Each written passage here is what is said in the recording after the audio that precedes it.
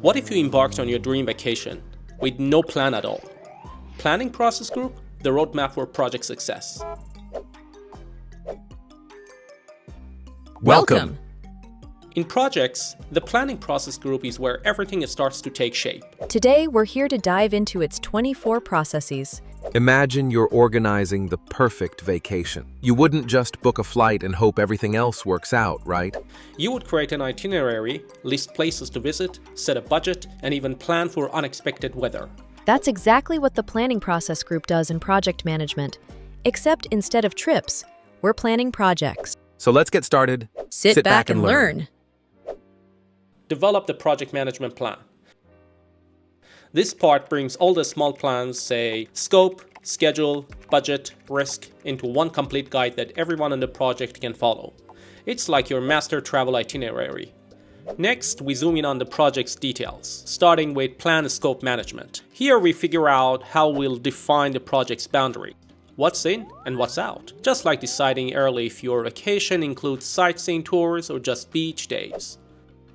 After that, we collect requirements.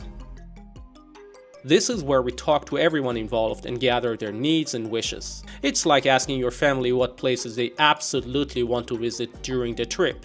For example, Eiffel Tower, Disneyland, local cafes, and you make a list. Once we know the requirements, it's time to define scope. This step turns all those wishes into a clear, agreed-upon project description. For example, we'll visit Paris and Nice, but no side trips to London this time. Then we create the work breakdown structure, or WBS. Imagine breaking your trip into smaller tasks. Book flights, reserve hotels, plan daily activities. In projects, we break down big deliverables into bite-sized pieces that are easier to manage. Now that we know what we are doing, we move to timing. The questions to ask here are, how will we build and manage our timeline? Will we use a calendar, a Gantt chart, or an app like Trello? Plan and schedule management defines how the project timeline will be created and monitored throughout the project. Now that we've broken the project into deliverables, it's time to define the exact tasks needed. Define activities. This process lists the individual actions required to complete each part of the project. Think of it like planning every step of your travel day. Wake up, pack bags, call a cab, arrive at the airport. Each is an activity that moves you forward. Sequence activities. Once we know the tasks, we need to figure out the right order. This process organizes activities based on logical dependencies. You can't check into the hotel before your plane even takes off. There's a right order to everything. Estimate activity durations. With tasks defined and sequenced, we estimate how long each one will take. This helps us build a realistic schedule. It's like asking, how many hours for the flight? How long at the museum? Is 2 hours enough for dinner reservations? Develop schedule. Now we put everything together to create the actual timeline. We use the durations and sequences to form a clear, trackable project schedule. Just like finalizing your travel itinerary, what's happening each day and when? Train tickets, tours, brunches, all mapped out. Plan cost management. With time in place, it's time to talk money. This process outlines how we'll plan, track, and control costs. Just like you'd set a daily budget for your vacation, we set financial guidelines here, resulting in the cost management plan. Estimate costs. Here, we get specific with the numbers. What will each activity cost? Museum tickets, car rentals, meals, every task has a price tag. The outcome is a detailed list of cost estimates for the entire project. With scope, schedule, and cost fully mapped out, we've built a strong foundation. Now it's time to move on to the second half of planning, focused on resources, quality, communication, risk, procurement, and stakeholders. Determine budget. Once we've estimated all the individual costs, this process adds them together to form the full project budget. It also establishes when funds will be needed. It's like summing up your entire trip, food, shopping, events, and making sure you have enough saved. Plan quality management.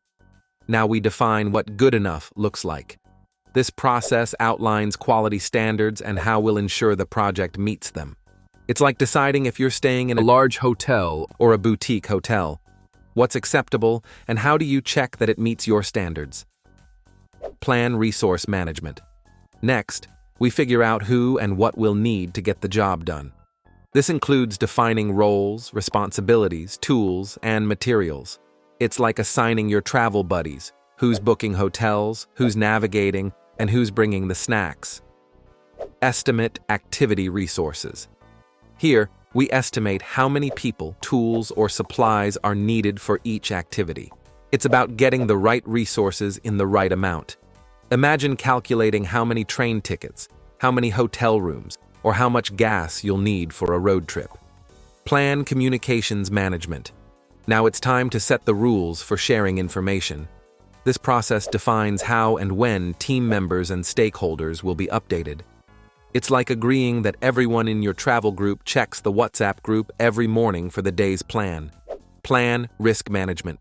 We can't predict everything, but we can be prepared. This process creates a framework for identifying and handling risks. It's bringing a raincoat in case of storms, or a backup plan if the museum's closed. Now that we've got the risk management plan, it's time to name the risks. This means listing anything that could go wrong. For example, delays, shortages, conflicts, anything that might get in the way. This is done by asking the team, reviewing past projects, and thinking ahead. In projects, it's all about being proactive and seeing problems before they happen. What you end up with is a working list of risks, which is called Risk Register. Risk Register is a dynamic document you'll keep updating as the project moves forward. On your trip, it's like spotting the chance of lost luggage, tight connections, or a hotel that might be overlooked. Once risks are identified, we should perform risk analysis, and that brings us to the next step. Once we've identified the risks, we don't treat them all the same. Perform qualitative risk analysis helps us prioritize the risks. It looks at how likely each risk is and how big the impact could be. It's like realizing losing a passport is way more serious than forgetting sunscreen. Not every hiccup needs the same level of attention. The risk register gets updated with these priorities, so we know what to focus on first. Risks are categorized as high, medium, or low based on the probability and impact noted in the risk register. So our output here is the updated risk register. After we've sorted risks by probability and impact, it's time to measure them more objectively, and that brings us to the next step, which is perform quantitative risk analysis. Quantitative risk analysis is where you get more precise. Here we use numbers, data, simulations, or probability models to calculate the impact of risks on cost and schedule. It's like testing different travel disruptions. What if the flight's delayed by 8 hours? What's the cost of extra hotel nights or missed activities? You are not just listing risks, you are measuring how they hit your time and wallet. This leads to a more detailed output, the risk report, a document that helps your team make smarter data-driven decisions. Now that we know the impact, it's time to plan how we'll deal with those risks. And that brings us to plan risk responses. With risks identified and quantified, it's time to plan how to respond before they happen. This is where your risk response strategies come in. Do we avoid the risk, mitigate it, transfer it, or accept it? Each risk is matched with a response plan, and a risk owner is assigned to act if it becomes real. It's like booking refundable flights, or packing a spare charger, or considering a buffer day in a case of airline strikes. They are proactive moves that reduce the impact of surprises. The output? A solid risk response plan that tells the team exactly how to handle each risk. By assigning risk response strategies and risk owners, you shift your plan from reactive to ready. Now we shift to external resources, and that is plan procurement management. Plan procurement management is about figuring out what we'll need to buy from outside the company, whether it's tools or services, and how we'll go about getting them. The result is your procurement management plan, defining what needs to be bought, from whom, when, and under what terms. In other words, it outlines how and when you'll engage vendors or external resources. Think of it like booking trusted travel vendors in advance. You set expectations, confirm details, and avoid last-minute stress. With a clear procurement management plan in place, your external resources show up aligned and reliable. And finally, plan stakeholder engagement. Stakeholders are the people who influence or are affected by the project. In this step, we create a strategy to keep them informed, involved, and hopefully supportive throughout the project. Think of traveling with a group of friends. Some want updates every hour, others just want to know where dinner is. Tailoring your communication makes everyone happier. You walk away with a clear stakeholder engagement plan to guide those interactions. And just like that, you've completed the entire PMP planning process group. Across all 4 parts of this series, you've built a complete project roadmap. From defining the scope, to estimating cost, to preparing for risks, coordinating with vendors, and aligning your stakeholders. At this point, your project isn't just a plan. It's a fully developed strategic blueprint ready to be executed with confidence. Planning may not always be flashy, but it's the engine behind every successful outcome. Don't forget to subscribe to CLT Solutions on YouTube for the latest update.